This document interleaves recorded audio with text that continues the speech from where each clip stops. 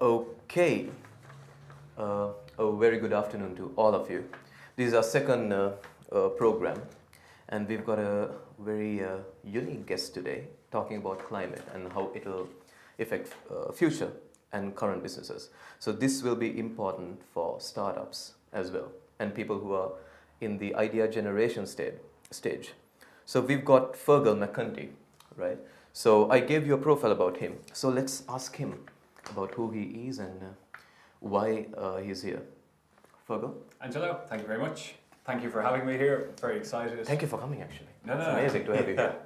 So just a very quick bit about my history. Right. About 15 years ago, I was volunteering. I got involved in a campaign with Friends of the Earth, and it turned into the Big Ask campaign, which was turned into the first time we had the mandatory CO2 reduction targets in 2008, and it was all part of the Climate Change Act. So going back quite a long time ago, and I was working as a surveyor. Right. And in my spare time, I was doing energy efficiency, and I was volunteering of trying to get people to reduce their, because of climate change, I was trying to get people to reduce the amount of energy they're consuming.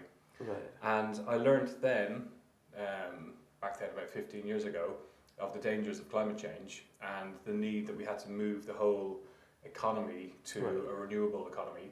And a couple of years later, I made the change and I decided to get into renewable energy, and left my job, went back to college. I did a master's in the Centre for Alternative Technology in Wales, an absolutely fantastic place. If you ever want to go somewhere, I highly recommend it. Right. And there I learned all about the renewables, all the technologies, and I've always been a bit of an entrepreneur. I've had a couple of small businesses before that and property. So I set up a solar company, installing solar panels. So you got two different types of solar panels. You got solar photovoltaic and solar thermal. So photovoltaic is what generates electricity from the sunlight. Right. So I set up a company here in the UK doing that, based in Brixton. And we also did some energy efficiency, and we also did a technology called heat pumps, which is a heating technology. Heat pumps? Heat pumps, yeah. Right, okay. So a heat pump, in case you don't know, is like a fridge. Okay. And it runs on electricity. Okay. And what you do is you take electrical energy, you put it into your heat pump. Right. The heat pump is a heat engine, and it actually moves low-grade heat from one place, compresses it with a refrigerant cycle, and then you can use it to heat buildings. Bit of a magic box. Okay. So we're going to be talking a little bit about the future. Indeed, yeah. And one of the future technologies in this country, in the United Kingdom, is going to be heat pumps. Wow. So it's good to know what a heat pump is. Indeed, yeah. It's first time I got to know about this technology, but yeah. Yeah. So and then from there, did a lot of projects up and down the country. There was a bit of a problem with the government. Then decided to get rid of the feed-in tariffs on solar, and got rid of onshore wind. So we went through a bit of a bad time in renewables in the UK. Right. So I had to wind down that business. Wow. And more recently, the last couple of years, I've been overseas projects, mainly in South America, in solar as well. So that's a very, very quick snippet on my technical side. Right. And on my political side, right. I've realised it's not only good enough for the world to go renewable. Okay. We need to have behavioural change. So we've got all the engineering solutions at the moment to go 100% renewable. Right. Except we're not doing it. We're lacking political will, and we're lacking the finances of actually putting money into it, and we're lacking people's uptake on it. So politics is actually very important. Right. Wow. So yeah, I know that you work a lot with all this. Like even Extinction Rebellion as well. Yeah, and absolutely.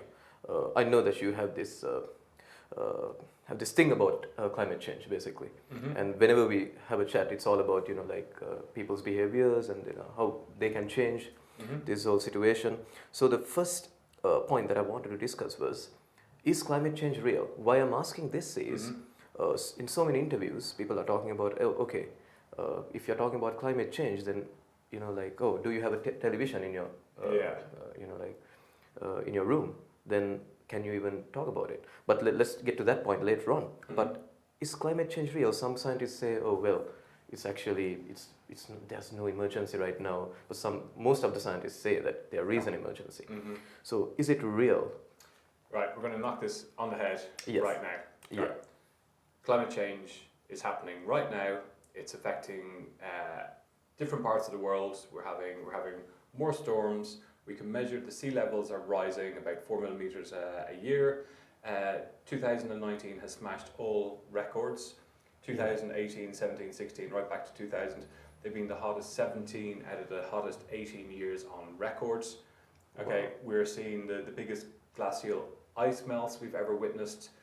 We're going to have ice-free summers by 2040, 2050, the speed that we're going. It's unanimous, 99.94% of all climate science in 2018 all agree climate is warming and it's being caused by excess CO2 in the atmosphere. And I'm just going to show you just a couple of little charts here. I'll explain what the charts are. Sorry for the little mess here.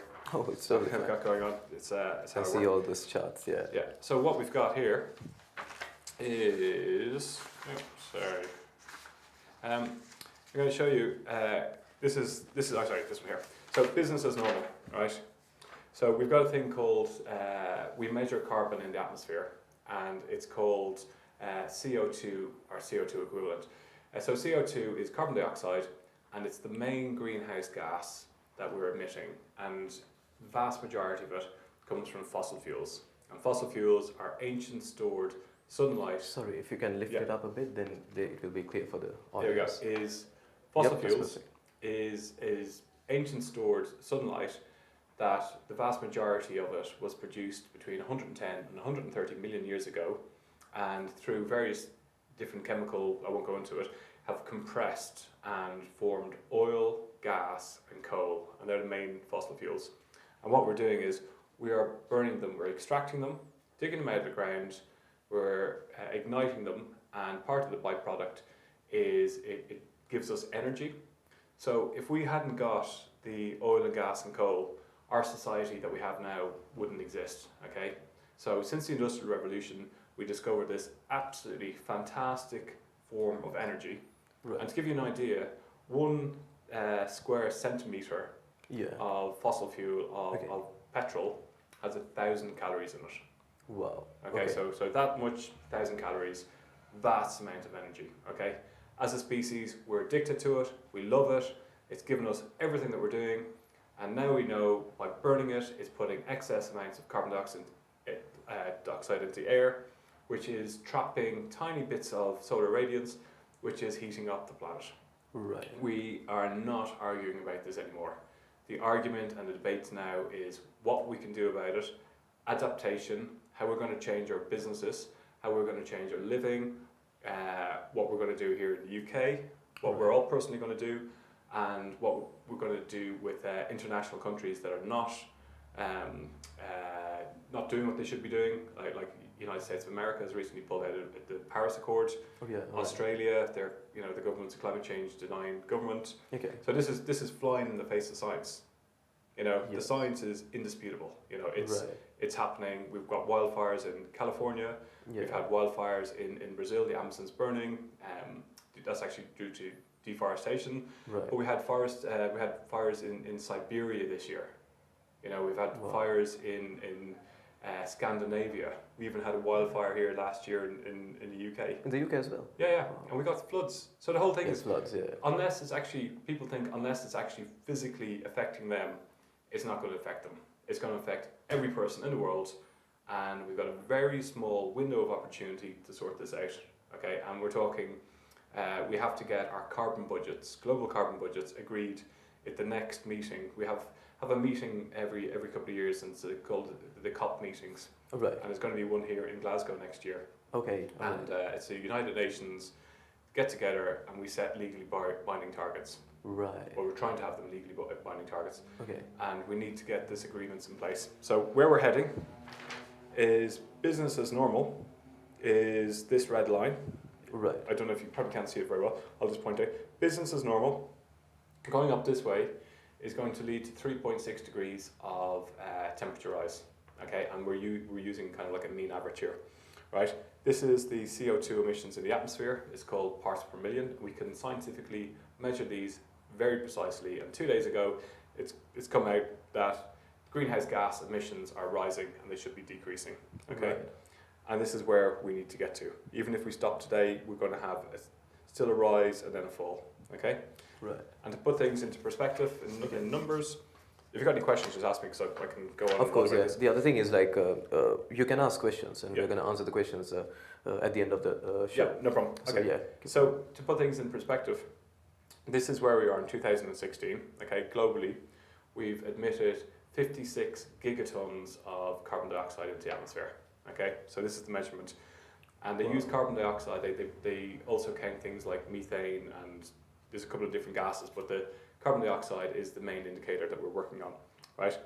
This is where we're heading by 2030. We're still heading towards an increase, and this is the crunches. To stop and slow down climate change, we need to halve our emissions to 25 gigatons, right, by 2030, and we're not meeting our targets. We're not meeting our targets, and in order to meet our targets, we have a phenomenal amount of work to do, right?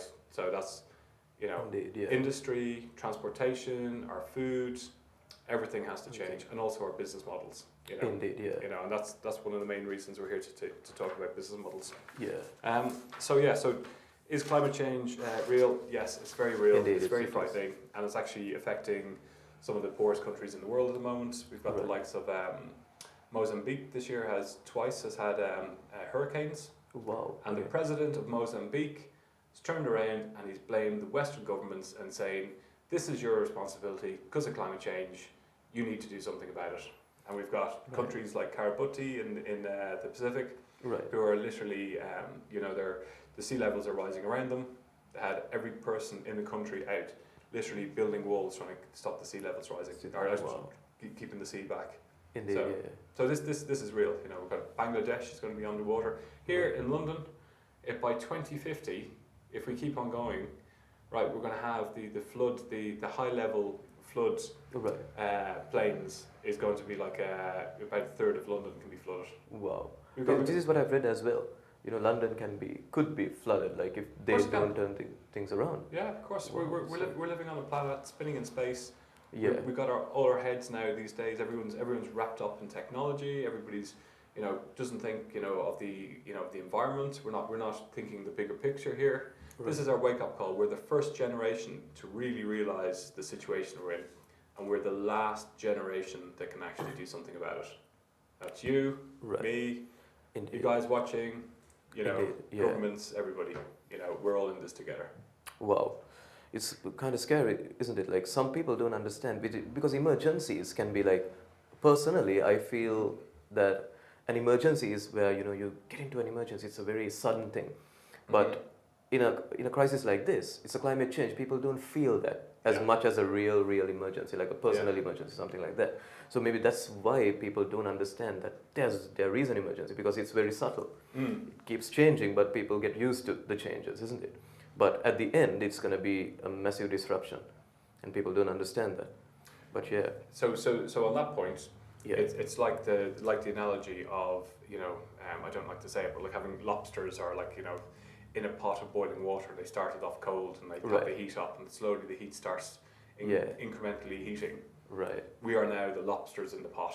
Exactly. Except we're the ones controlling the gas. Yeah, right? we are controlling it, and we are getting boiled. We're being boiled. Just United Kingdom, just to give you some, I don't want to scare you, you know, scary facts. We import 68% of our food is imported in this country, right? Our fresh food. If we have 2 breadbasket disasters, that's when globally the main places we rely on food. Right. If we have a hurricane in one place and we have, you know, floods in another, right, combining, we're not going to have enough food to feed ourselves. Okay, so realistically, the problems of the future is we need to make ourselves really reliant on food, and also in this country, because you know, we need to completely reevaluate agriculture as well. You know. Oh yeah. So something to think about, isn't it? So yeah. So now thinking about so climate change is happening. Yeah. So what are the policies that would help the situation? Because I know there are some people talking about policies that are completely unviable. You can't implement those policies. Like it's totally extreme, right? But what are the policies that we can actually use? Some solutions that are really practical. So what do you suggest?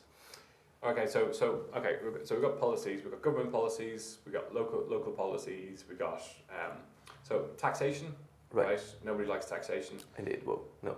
Who likes taxation? Okay? Indeed. Yeah. So I'm just going to explain things also with the winners and losers in mind. Okay, I'm actually just going to skip ahead here, and just to give you an idea of policies. So I'm going to hold this up. I'm just going to make sure.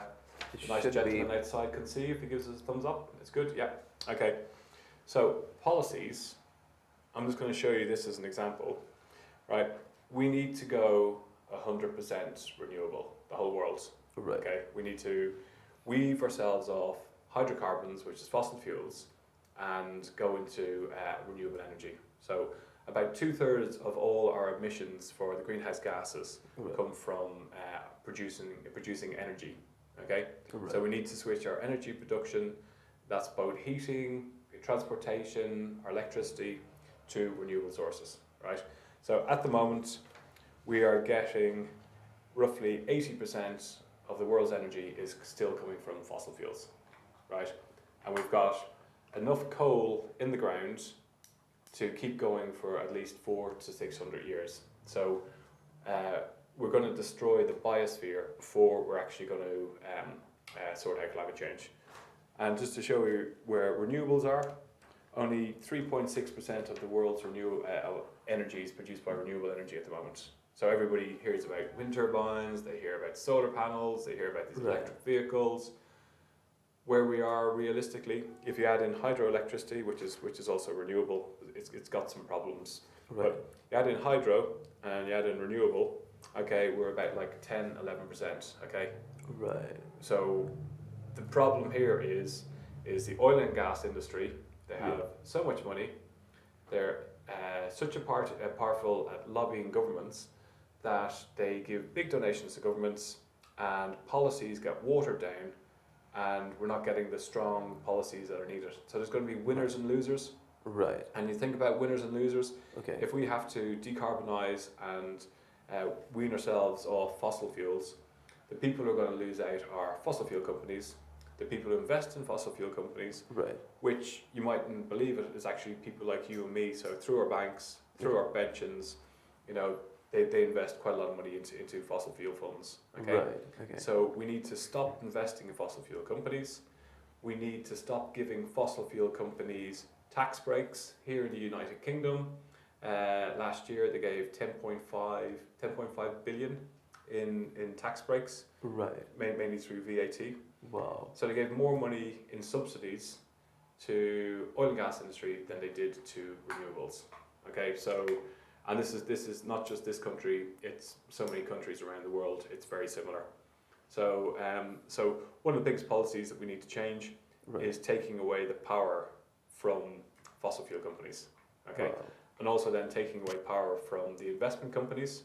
Right. Right, and then we need to give tax breaks to incentivize the uptake of renewables. Right. So that's one area we need to do. We need to tax. We need to tax carbon. If you're using carbon, Okay. you know, why not tax it? Right? You think about it. If you buy a packet of cigarettes, on the back packet of cigarettes, you're going to have a warning: cigarettes will cause cancer. Yeah. We should have warnings on the back of, you know, cars that are petrol cars saying, driving this car is causing climate change. Indeed. Yeah. You know, so the likes of meat. So that's one area we need to change. We need to bring in carbon taxes, aviation, flying. I hate to say it, you know, and I've done a lot of flying. I'm going to put my hands up here. I've done a lot of flying for work. Right. And I used to carbon offset, and I used to carbon offset 4 times more than the flights I was doing. And I thought, like, I have a clear conscience. Right. I've discovered, you know, more recently that carbon offsetting is just a gimmick. It's just a way of buying guilt. You've only got a flight, you tick your box, you pay a little bit. Right. So we've got this huge shift to do. Aviation, you know, we can't continue airport expansion. We're going to be relying on future technology that doesn't exist, which is carbon capture and storage to suck vast amount of CO2 out of the atmosphere. So what's happening is our carbon budgets that we talk about is like this 18 months window that we've got. Is to stop, as I was saying, this one here is the 52 gigatons a year. Right. right? And what we're doing is when we're working towards the future, we need to get to, by mid-century, we need to get to zero, okay? Yes. And this is when it gets really complicated, Right. actually complicated, Okay. really scary. Okay. The latest scientific reports by the International Panel on Climate Change, Right. right?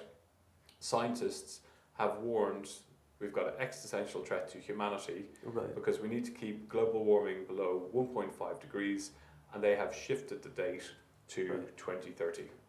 Wow. Okay, Okay. so we've got That's gonna be. everything here is shifting over this way. It's getting closer, isn't it? Our deadlines are getting closer.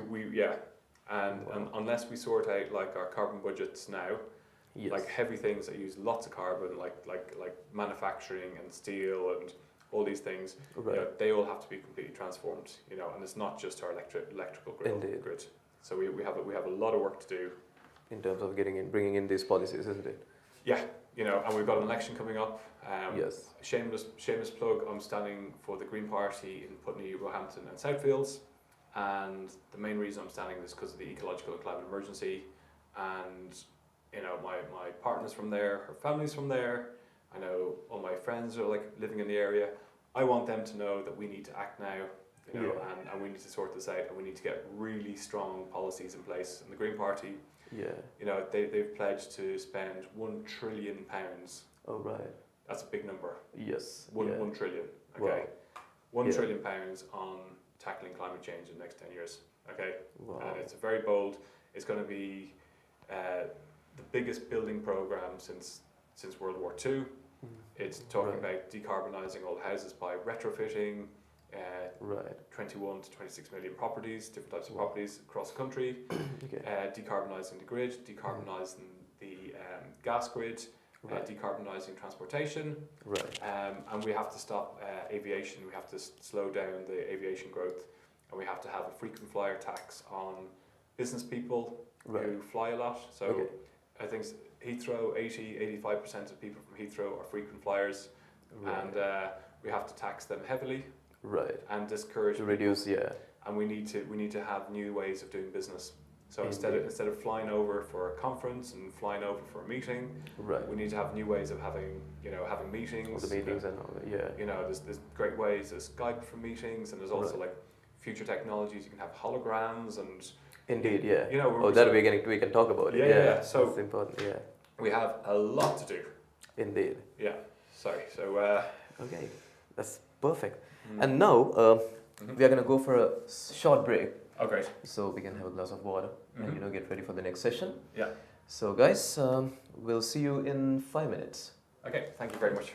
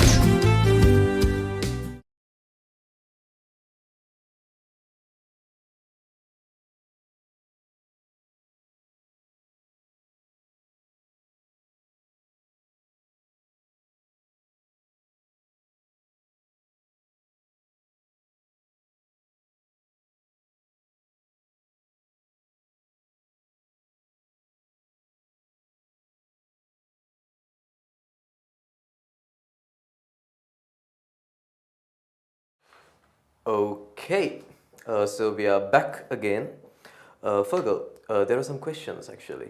So we'll see. Our director will let us know what are the questions. Are we ready to go for a question? Yeah, sure. Question away. It's a huge topic. Exactly. Yeah, You know? it's a vast area to talk about, Yeah. isn't it?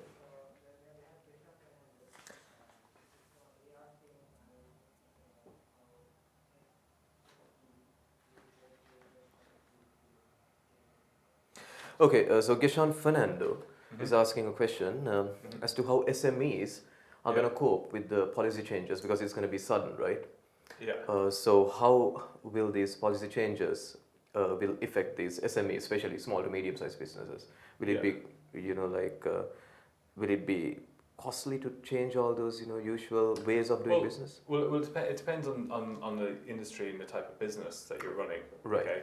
So the kind of changes that companies are going to have to do, like the likes of where they get the electricity from. Right. Is this like if they're a manufacturer? Let's talk about like if a small manufacturer. Right. And the way the changes are going to come in, it's a concept of a circular economy. Right. So we're not trying to stop business, and it's not being anti-capitalism. We're saying that we have to readjust how we actually, as a society, do business. Right. And this is the hardest thing to explain to people is we can't have continuous GDP growth on a finite planet. Right. So the business model that we've got now is for growth. We can have growth if it is inside the boundaries of a circular economy and sustainability. Okay. So if you're a manufacturer and you're producing some goods locally, it's where you source your supplies from. It's how the supplies are actually transported to your factory. Right. In your factory, how you run your electricity, how you run what the goods and services are actually running from. Right. You might have some carbon taxes. Then you have, if you're not using a lot of carbon, it might be offset against the amount of carbon that you're using or not producing. Right. And then there's going to be some issues around like taxation as well. So in the future, if we have a carbon tax, if you're using goods and services that are being transported by petrol cars, there might be more of a tax than if it's something that's being it's coming by like electric vehicles or sustainable transport. So in terms of, but the thing is, there's opportunities, right? Any company that goes and does an internal audit and go, okay, well, where's the wastage? And they're all of a sudden going to realise that there's a lot of energy that they waste. There's a lot of procedures of like how they procurement, how they buy things is wasted. So it's almost like going on a diet. You see how your business is run, and instead of actually looking at just purely from a financial way, you have to start having like environmental audits. And larger companies do this. So smaller SME companies are going to have to start doing more environmental audits and taking into consideration the environmental impact of what they do. So you with this comes cost benefit. So it might be small things. You might have a water fountain and you use plastic cups and you throw them away and you never thought about it.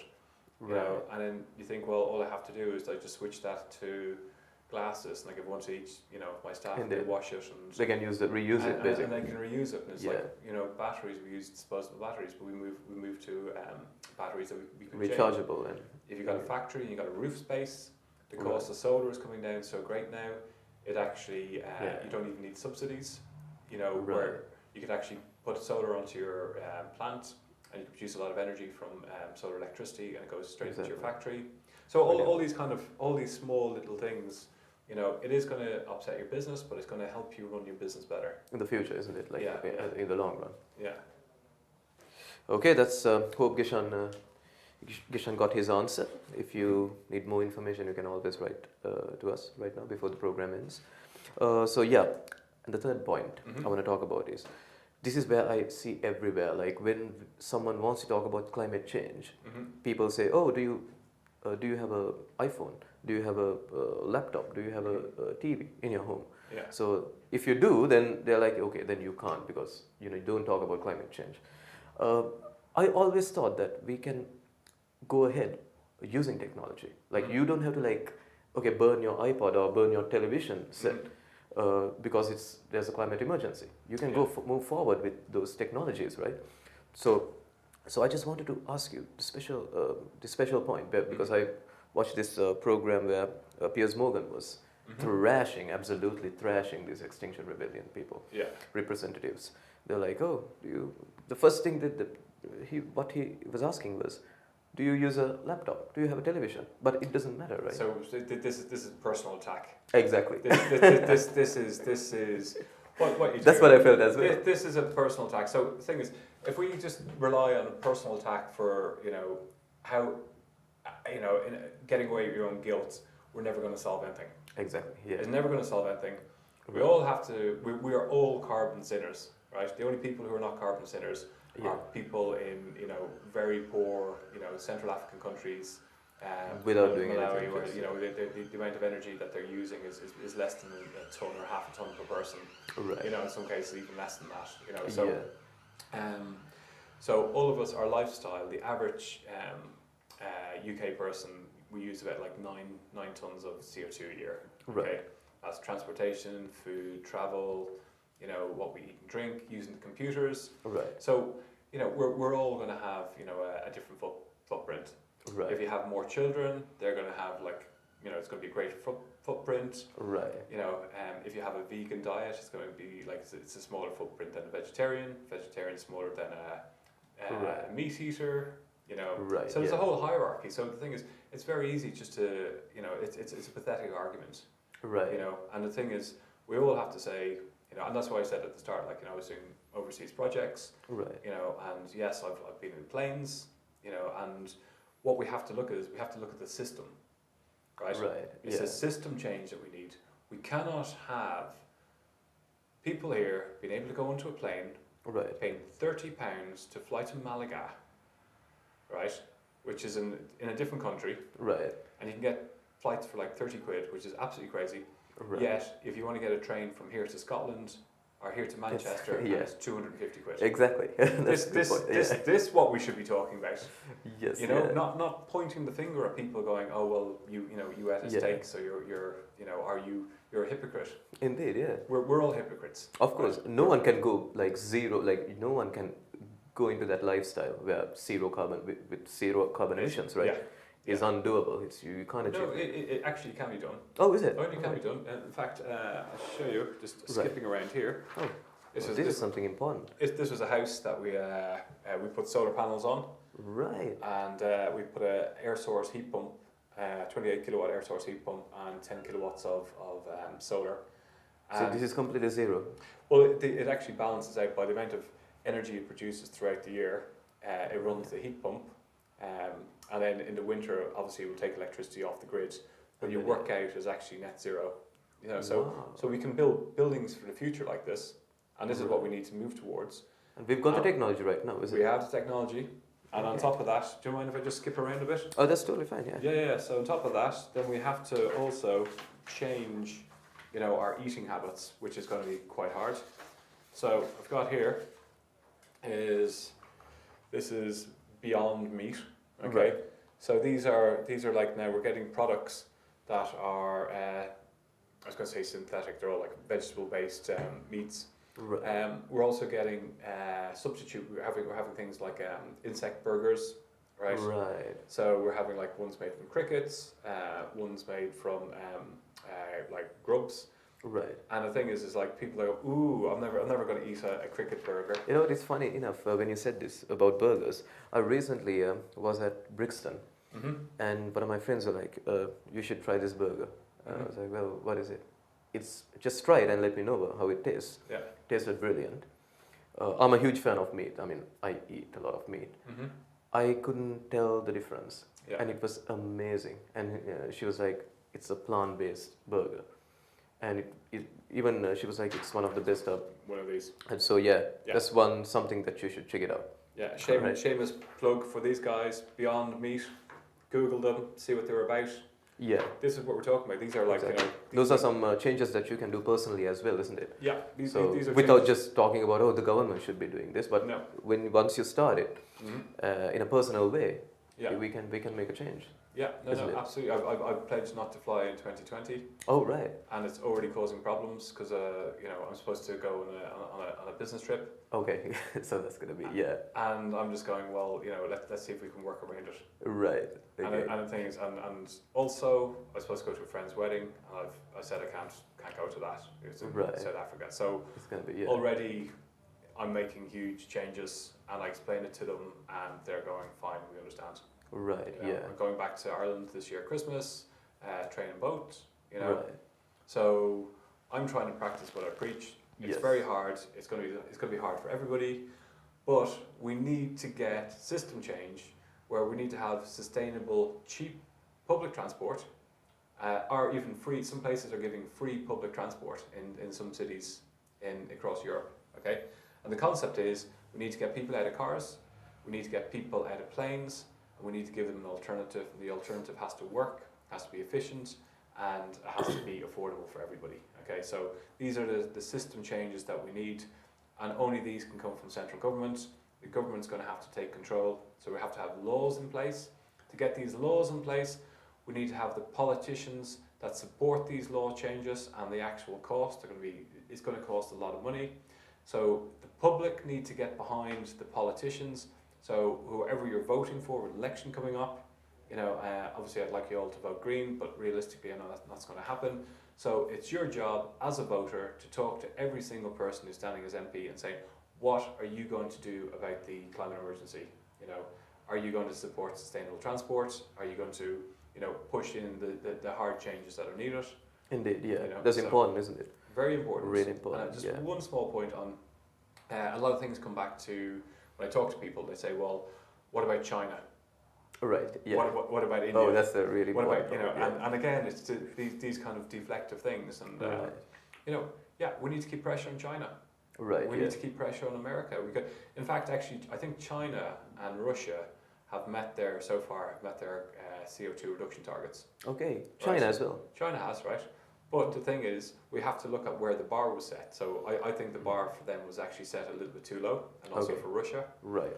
So this is where the international pressure comes up, and this is why we need to support our governments to saying, yes, we know we have to make steep changes, and the steep changes, we support the decisions you make, and we want you to make these push other governments to make these steep changes. Yeah. And the likes of, America is awful pulling out of the climate change accords. And we need to put huge pressure on America, and this is what we need to do. We just need to keep, pressurizing other countries, and for them to pressurize us.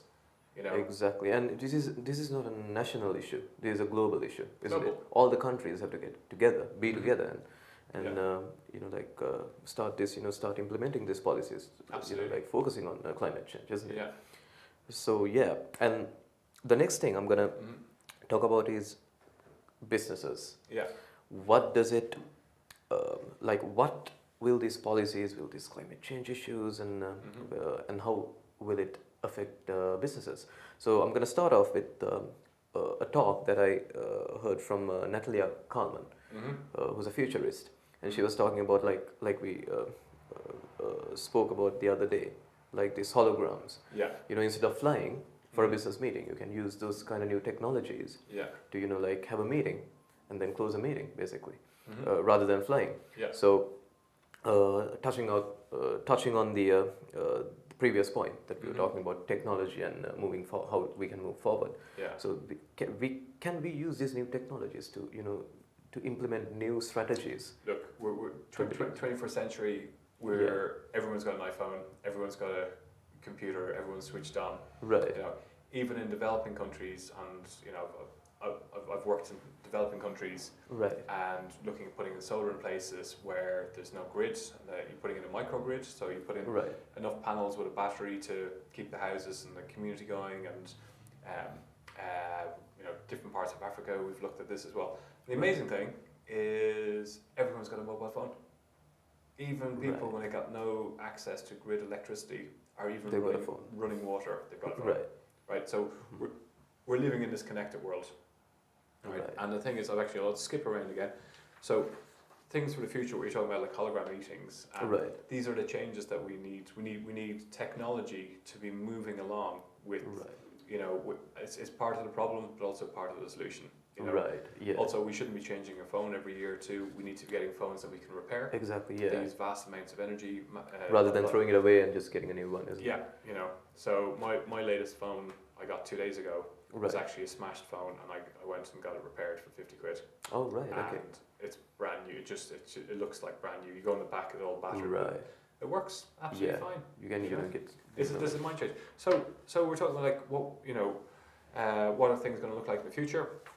I'm just going to skip around it again. Just skipping around again. We're onto smart grids. Okay. Right. So we're going to have an electrical supply that comes from wind turbines, from heat pumps. Heat pumps actually when you're drawing energy from them, but it's all going to be connected to a smart grid. So we'll have different energy supplies going in. We can hydro. We'll have interconnectors from different countries giving us electricity when we need it.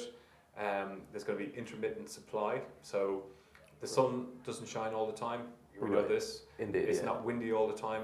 So what happens with renewable energy is we don't have a constant balance of energy. Yes, there are peak times and there are times that So we're going to have peak times. But if you put solar panels onto your roof and you put and you have technology in your house, a smart grid, the whole concept is to have your appliances and everything all connected and all talking to each other.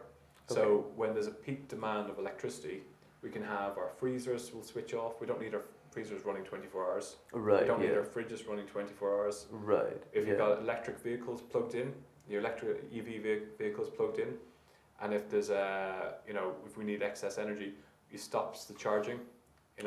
Then at night time, when there's excess amount of wind being generated from the North Sea, that will feed in, and you can start switching on appliances again. So all this smart grid technology all relies on using apps on your mobile phone. There's Hive heating for your house. I think British Gas do that.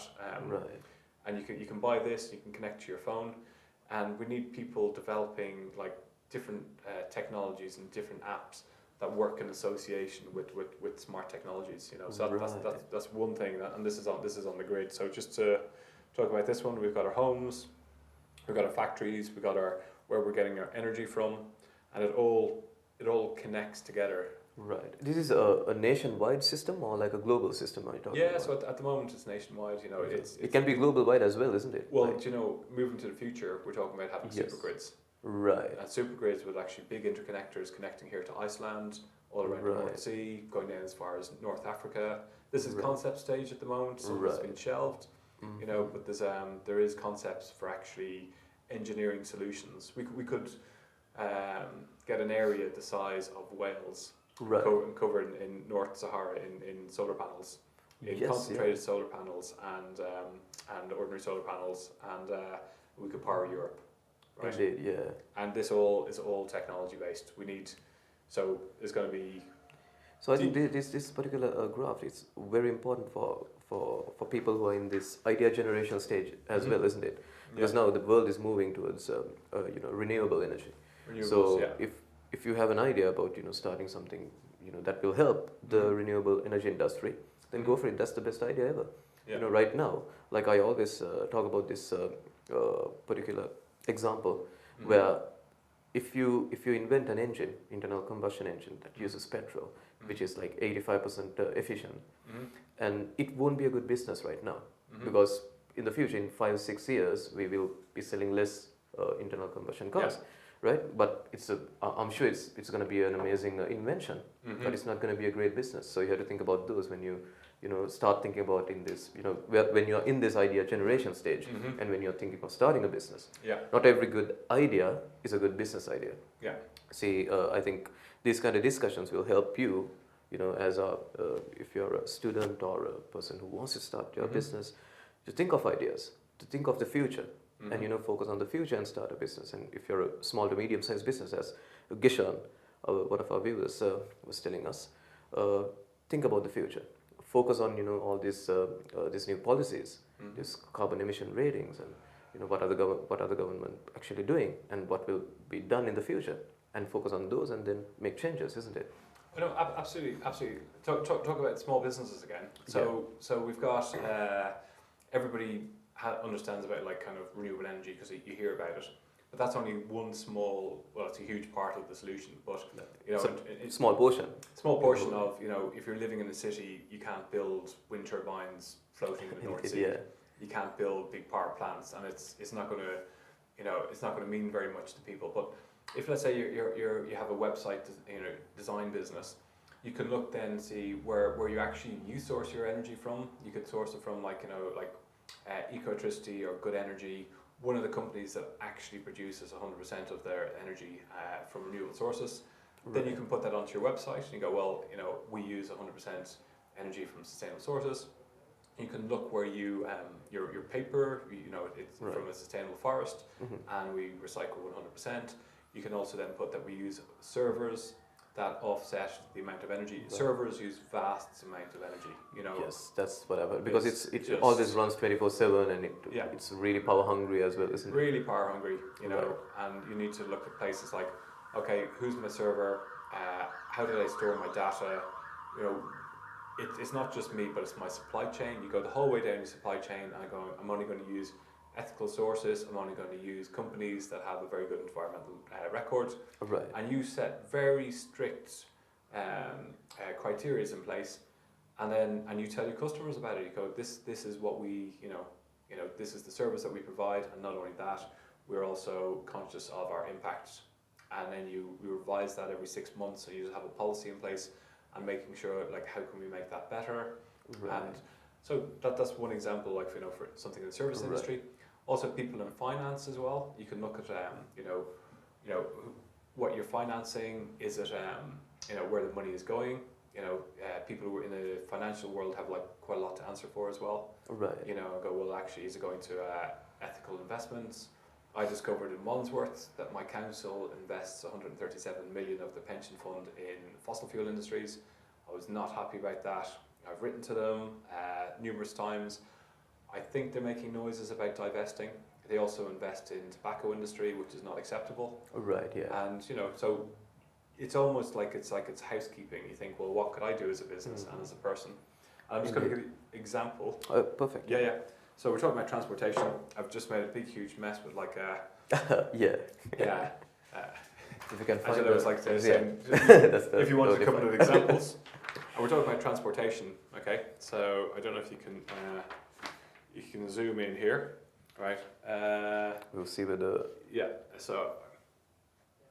Yeah. Yes, yeah. Yeah, so this picture here is in Times Square in the 1900s. And what's amazing about this picture, these are all horse-drawn carts, you probably can't see very well. And just there, where my finger is a car. It's a Ford, one of the very first Ford cars produced. And it's surrounded by horses. Fast forward 13 years later, and there's no horse-drawn carts. Not a single horse-drawn car. I think there's one that's probably there or something. So this is what's going to happen with climate change. We're going to see disruptive technologies. Right. So the rapid speed of change, adapting to a changing climate and changing world and a changing demand where, you know, what was acceptable in the past is not acceptable now. Right, yeah. It's constantly changing, isn't it?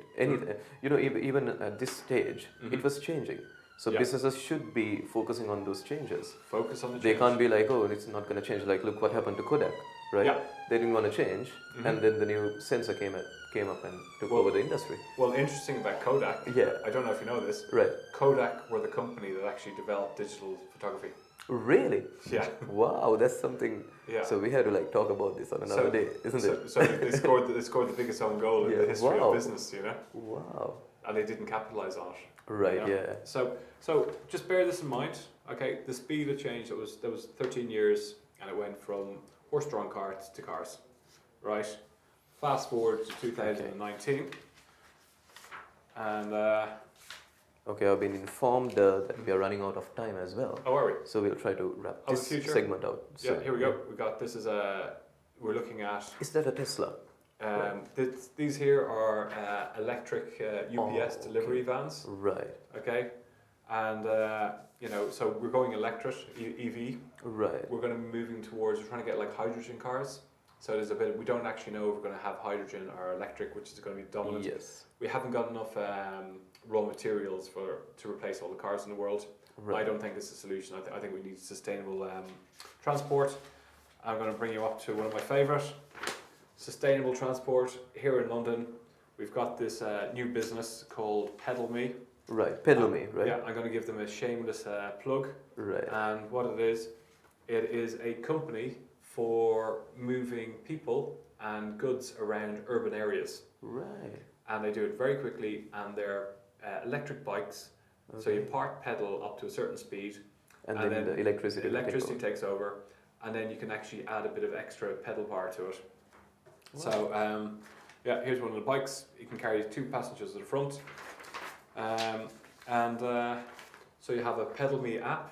So if you want things delivered around town, you call Pedal Me, you set up an account.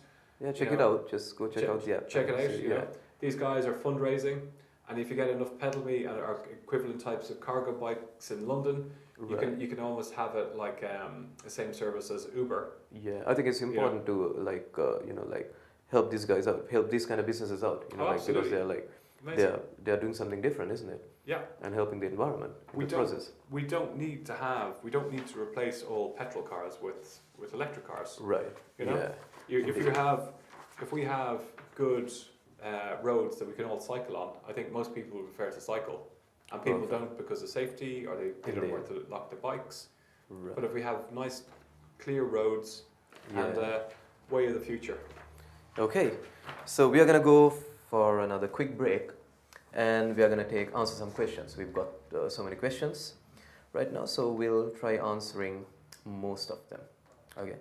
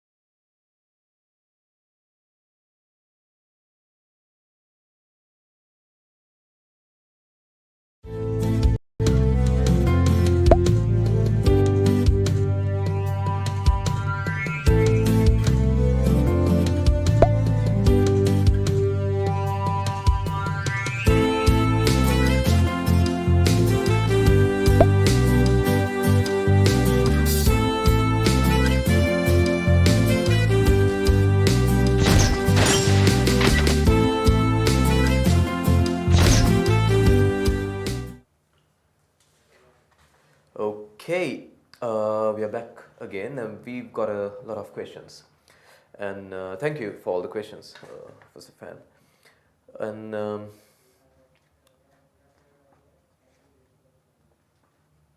okay, and there's a question from what's the name of the? Okay, we've got Pereira. Asking a question: can we reverse?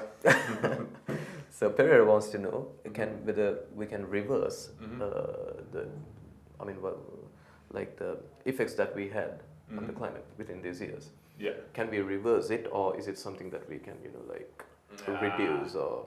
So this is I think that's what he wanted to. Yeah. So we got this in the environment. It's called a tipping point. And it's a place that we don't want to go, where we actually go to irreversible climate change, runaway climate change, and that would be if we have all the methane gases released in the permafrosts.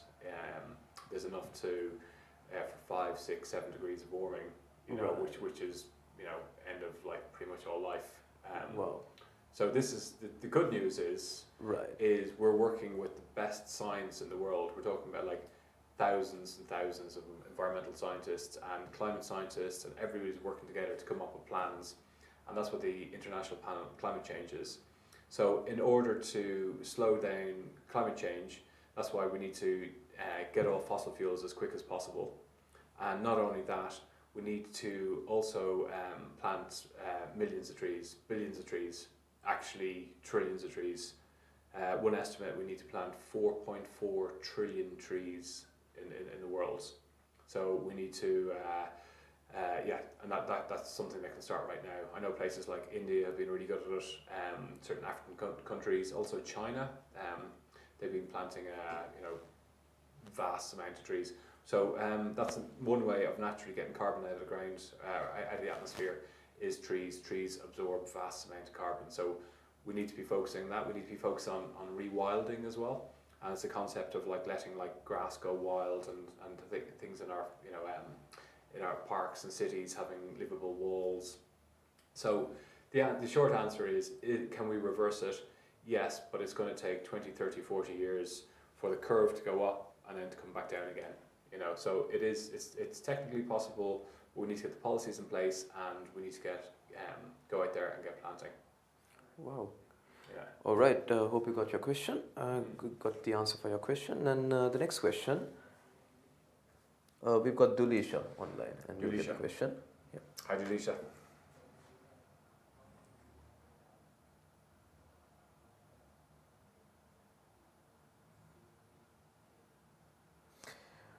Okay, basically what she wants to know is like, how can people find out what will be the changes, policy changes basically, so they can, like if it's a business, so they can, as a business, they can be ready for all the changes. So how can they get to know what are the changes that are coming in the future? Yeah, so it depends. Are these questions coming in from the UK or like globally, or is this from UK? UK, yeah. UK, yeah. So the likes of changes are going to be coming in. We did have a Department of Energy and Climate Change, which is now gone, as merged with the Department of Business. Right. But it's keeping an eye on what policy changes are coming in. Right. And actually thinking one step ahead. Right. So I'll give you an example. There's we're talking about retrofitting all the properties in the United Kingdom. Okay. And making them all energy efficient. Right. And what we've had in the past was they had a certain milestone. Right. And then you had builders and property developers just doing the bare minimum. So whatever you're doing, you should actually look what the standard is and see if you can actually do better than that. Okay. So because there's so many different types of businesses, right. It's really is a question of researching your industry, and also like seeing if the local chamber of commerce have any information. Right. The government website, they have some information. Right. So at the moment we're going through this transition period of really discovering of what businesses can do, and some of the larger businesses, they have very good ISO, where they have like ISO 1601 or 1501. I don't know exact numbers, but some of them have very high environmental policies. And if you're a small business, you can go and you can copy a larger business and see, well, what are they doing? And let's see if I can go and copy that. Example, what I showed you about UPS, and they're a large company and they're seeing what they can do. So then you know that these are the policy changes that they're working on.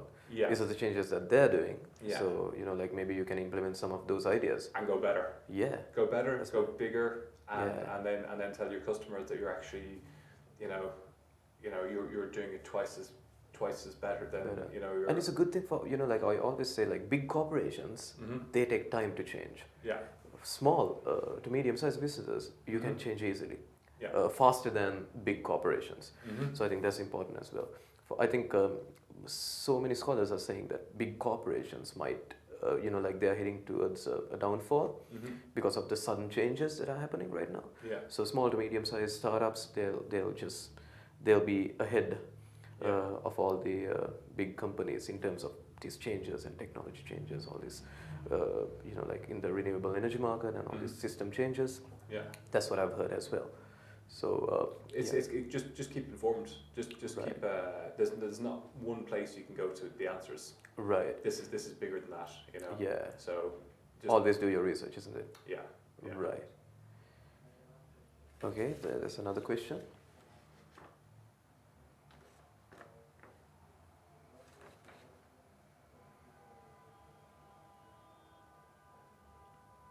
Do we have the name of the viewer?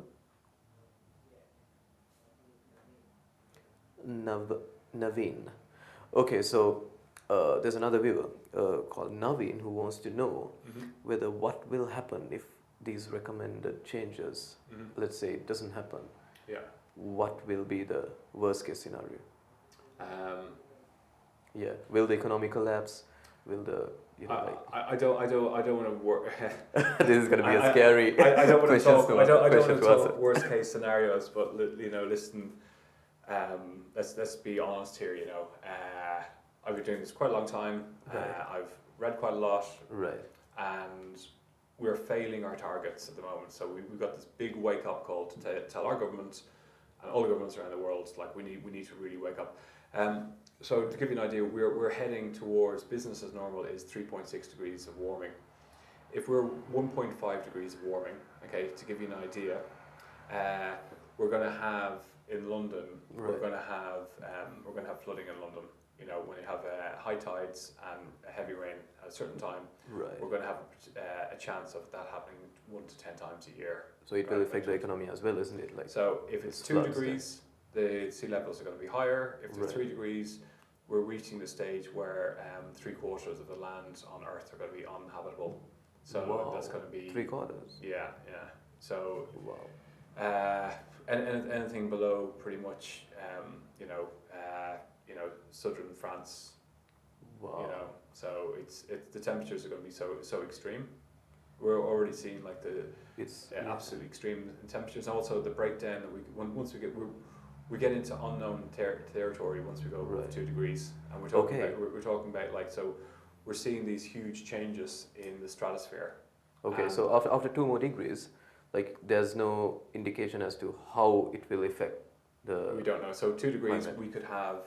It's called runaway climate change. It's called a tipping point. And if we come into the tipping point, that's when all the methane in the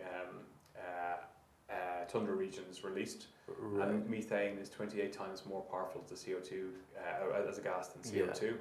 It's very toxic as well. Yeah. And in the short term, it's actually 100% in that kind of like 10-year period, because that's when it's going to affect the climate more.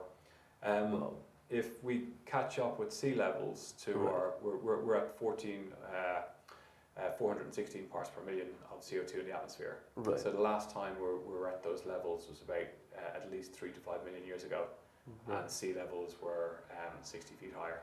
Right. So that's like London underwater, is like New York, all the main cities around the world will be underwater. So definitely the economy will fall, of course. Oh no, yeah. It's going to be a complete collapse of civilization. Wow. And that's. This is scary. No, it is scary. It's very scary. This is what people don't understand. Yeah, Sometimes when you think about it. Wow. It's the most scary. Once you understand it and you see what's going on, it's the most scariest thing to realize that we're juggernauting towards the end of civilization. As we know it. And people think I'm alarmist, or people think Extinction Rebellion alarmist. We're realisms. This is telling the truth. This is what people need to know is, unless we do severe changes now to how we run our world and our economies and our people as well. The amount of changes we need is also social changes. We need to empower women around the world, so they don't have to have forced into having as many babies. It sounds a bit controversial. Yeah. We have to. But change. Population rising is population is rising. We're 7.6 billion. We're heading towards 9 billion by 2050. We need space, right? Like we don't have space. People are going to go somewhere, and we're going to have a hard landing or a soft landing. And a hard landing, unfortunately, is going to be wars, famine, pestilence. It's going to be rising sea levels. It's going to be, it's a pretty scary thought of the future. And the UK is very vulnerable because it's an island. So I'm here to give hope, okay? I'm here to give hope, guys. This is the future. We've got these renewable technologies that we need to be getting out there. We've got plant-based diets that are going to replace meat. Right. We can make personal choices now and tell people you're making personal choices, saying, yeah, I'm not going to fly in 2020. And then when you do admit it, it's really hard. When you do, you feel really shame for doing it, you know? And I've been informed there's another question from okay. Tom. Tom, how you doing?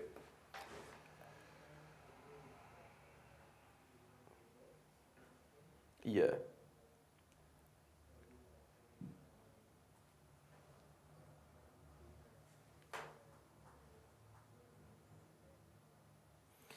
Right, so he kind of agrees that it's really hard to reverse these climate change issues.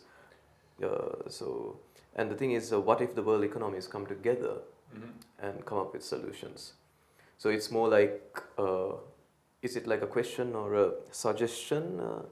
I want to get my director to just clarify me. It's more like a suggestion. He's like, what if the world economies come together and come up with policies together? We've got that. Oh, right. We've got that. The International Panel on Climate Change, we have the Paris Accords. So if you want to do a little bit of homework, go and Google IPCC, our International Panel on Climate Change, and have a look at their summary. They're very thick. We're talking about, like, you know, they're very hard to read. Some of them are very technical, but you can get executive summaries, and it tells what all the different countries need to do to actually decarbonise, and what we need to putting into place to actually have a realistic chance of solving the crisis that we're in. You know, so and also again, the likes of like the G20. You know, you having these countries getting together. Right. You know, they are the countries that pollute the most. Right. You know, so and also we need to sort out the capitalist system. You know, and it sounds like when we talk, people in Extinction Rebellion, or, you know, it's just like, it sounds like we're anti-capitalism, but it's not. We're anti. We know that we have to have a system change. You know, a huge system change away from. We can't just continuously buy stuff and throw it away. We can't continuously just go on holidays and think this. Everything you do has the cause and effect. You know? So, in terms of, like, you know, economies getting together, we've done that. So we need them now to actually agree to put plans in place. Right. So yeah. So I hope you got the answers, and unfortunately the time we allocated today has run out, so we'll have to end the show. And I would love you to come on another day, and absolutely. You know, we'll see what our viewers say. You can just drop a comment on what you want to know about like climate change or businesses or startups. Just give us your comments. And we'll. What about you? Like, are you on social media, Fergal? How can they reach you? I am now on Twitter. Oh, perfect. At McEntee Fergal. I've just got a website, Fergal McEntee. Right. I had to get all this in place. My old company is called Funky Renewables. You can see some of my old work on that. I set up a non-profit organisation called Renewables for Schools. That's renewablesschools.org, .com. Right. And we can put all these links down below as well, so if you could, it will be easier for our viewers to do that. And the other thing that I want to talk about is we wanted to make this show go big in a way. So in the future we might have a big panel where there will be live audience. So if you want to participate in one of these live audiences, you can just comment, just follow us. We'll always keep you updated on these shows. And we'll be having another show next week, same time, Thursday at 5, with Neil Whitehead, talking about how to come up with ideas, creative ideas, basically. So, and thank you, Fergal, for coming today. Thank you for amazing, talking about this. I was going to say, I know Neil Whitehead, very inspirational, fantastic person, very upbeat, so you need to definitely tune in for him. Indeed. Yeah, so it's been a pleasure. Thank you very much. Thank you very much. And I've learned a lot today. And you should don't be scared, but it's actually happening, right? So, in a personal note, do something to help the planet. Start with yourselves, right? Yeah. So and you can reach out to Fergal if you have any more questions, or you want to have a chat with him. I'll put all the links down below. Yeah, great. After the show. Thank you very much. No, thank you. All right. Pleasure. Take care now. Yeah. Thank you. Bye bye. Okay.